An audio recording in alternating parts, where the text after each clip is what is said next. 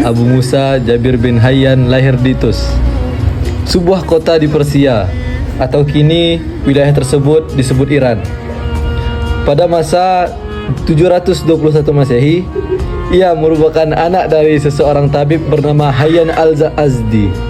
Namun, kehidupan Jabir bin Hayyan sebagai alkemis tak bermula dari Tus atau kota-kota lain di Persia, melainkan di Yaman.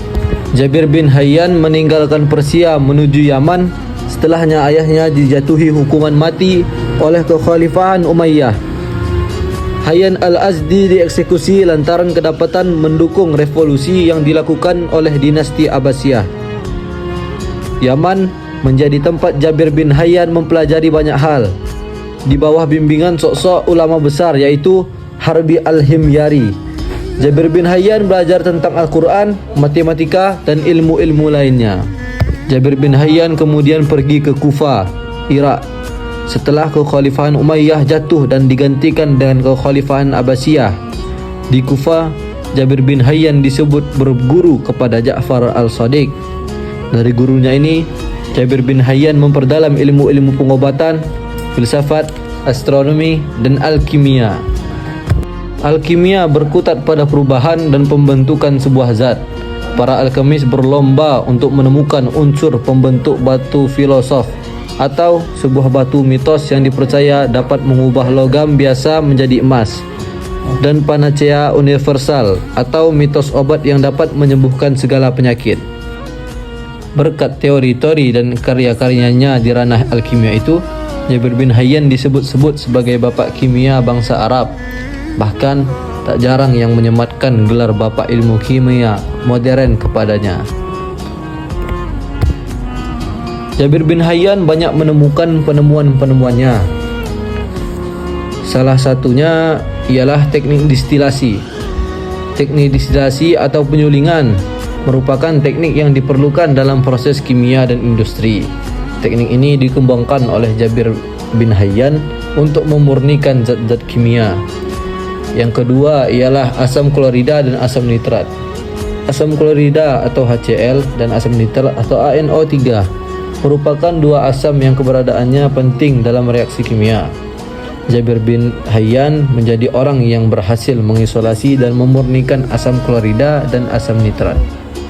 Yang ketiga ialah menciptakan larutan aqua regia. Jabir berhasil menciptakan aqua regia, campuran asam klorida dan asam nitrat atau larutan asam nitrohidroklorida. Tiga ialah pengembang metode kristalisasi. Jabir bin Hayyan adalah tokoh yang berjasa dalam mengembangkan metode kristalisasi untuk memurnikan zat-zat kimia. Dengan mengembangkan metode tersebut, zat-zat kimia dapat dipisahkan berdasarkan perbedaan kelarutannya. Yang keempat ialah penemu alkohol untuk pengobatan. Jabir bin Hayyan menegaskan namanya sebagai salah satu ilmuwan pertama yang memakai alkohol. Misteri karya Jabir bin Hayyan.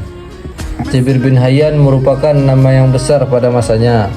Namun, sepak terjang sang alkemis tanah Arab diselimuti mistos dan misteri.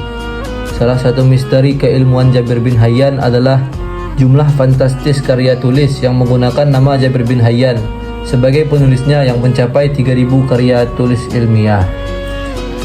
Sebagaimana dicatat dalam Britannica, menilai angka tersebut mungkin ditulis oleh Jabir bin Hayyan sendirian.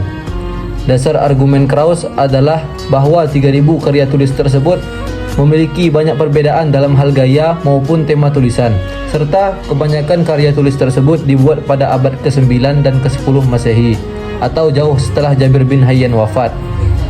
Oleh karena itu, ribuan karya tulis tersebut kemudian dikenal sebagai Korpus Jabirian, kumpulan karya tulis para Jabirian alias para pengikut atau penggemar Jabir bin Hayyan. Jabir bin Hayyan wafat pada tahun 815 Masehi di Kufah di negara Irak. Sekian cerita singkat tokoh Islam yaitu Jabir bin Hayyan. Wassalamualaikum warahmatullahi wabarakatuh.